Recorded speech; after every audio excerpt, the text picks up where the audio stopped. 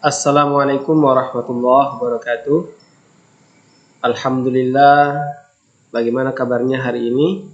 Saya harapkan semoga kita semua dalam keadaan sehat walafiat dan dalam lindungan Allah Subhanahu wa taala. Baiklah, pada hari ini kita akan melanjutkan pembelajaran kita pada bab 4 dengan judul Menyibak Ilmu dalam Laporan Hasil Observasi.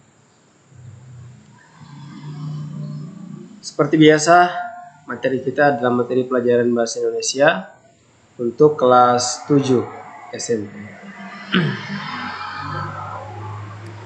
Baiklah, sebelum kita lanjutkan,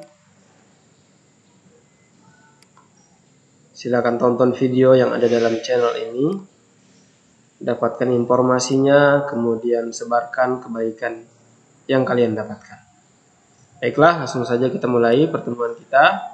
Terlebih dahulu kita buka dengan membaca basmalah. Bismillahirrahmanirrahim. Materi pembahasan kita pada pertemuan kali ini adalah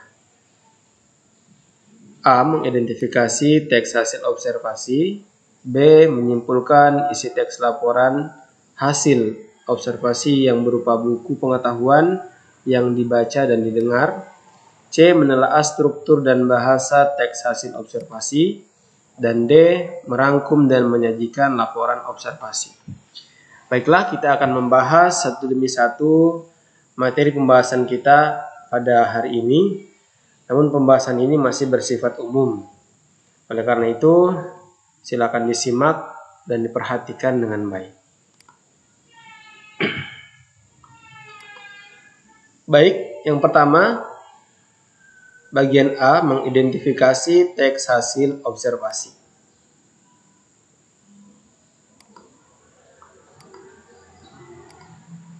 Yang pertama, kita akan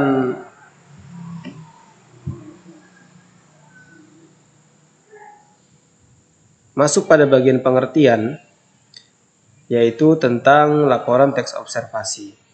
Pengertiannya adalah teks laporan hasil observasi dapat berbentuk referensi, ensiklopedia, film dokumenter, hasil penelitian, dan lain-lain.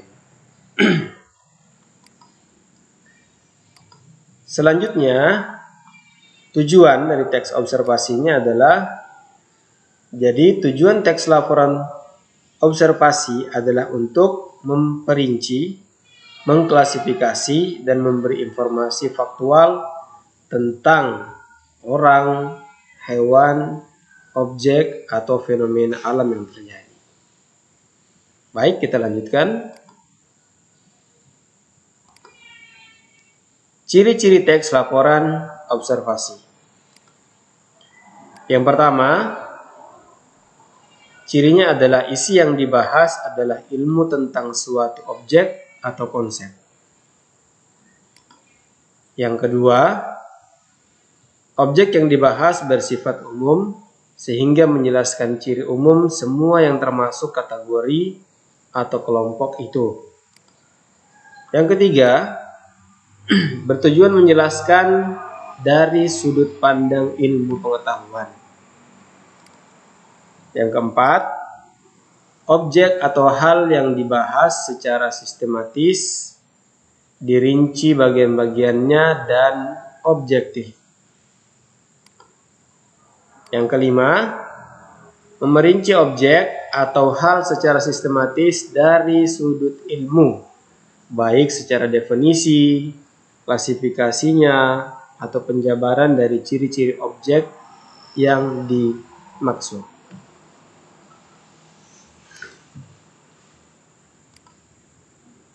Baik, kita masuk ke bagian B, yaitu menyimpulkan isi teks laporan hasil observasi yang berupa buku pengetahuan yang dibaca dan didengar. Kita masuk ke pembahasannya. Tahapan yang harus dilakukan ketika akan menyimpulkan teks laporan hasil observasi adalah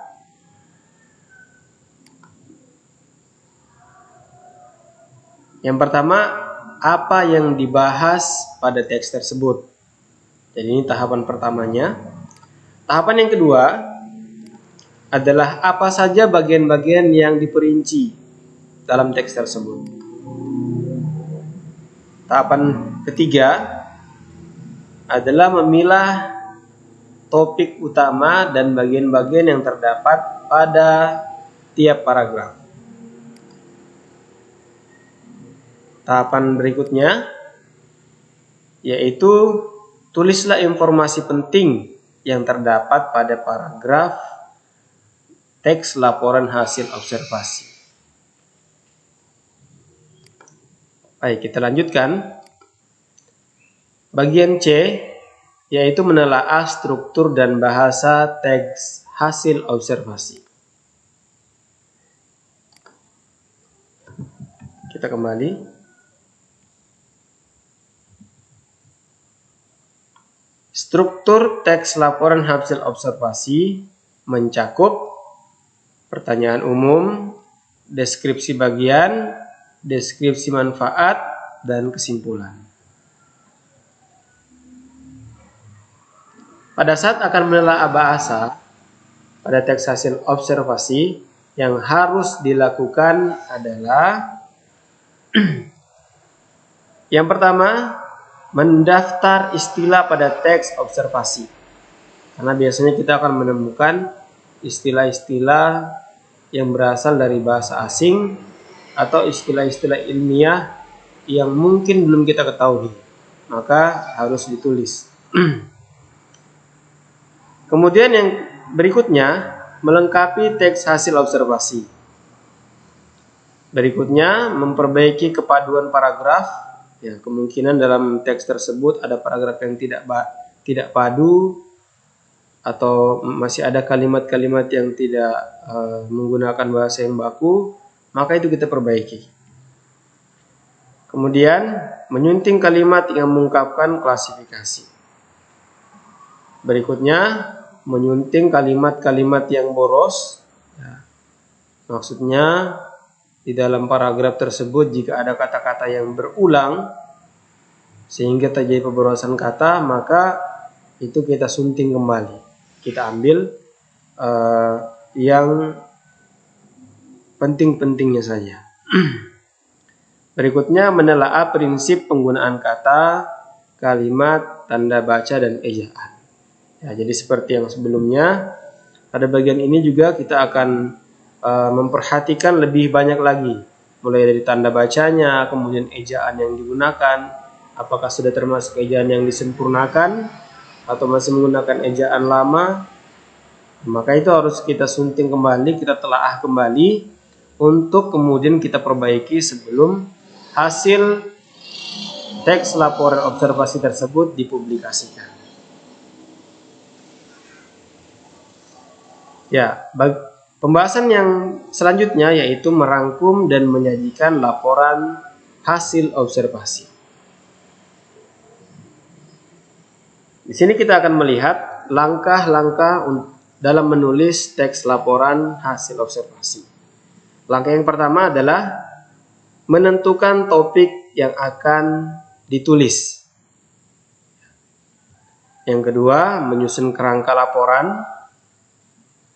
Yang ketiga, menentukan informasi yang diperlukan dan cara mencari informasi tersebut. Selanjutnya, langkah berikutnya yaitu menata informasi dan hasil rangkuman menjadi teks hasil observasi. Ya. Langkah selanjutnya, menata informasi yang diperoleh sesuai struktur teks hasil observasi. Kemudian langkah yang terakhir yaitu memvariasikan kalimat dan pengembangan paragraf pada teks laporan hasil observasi.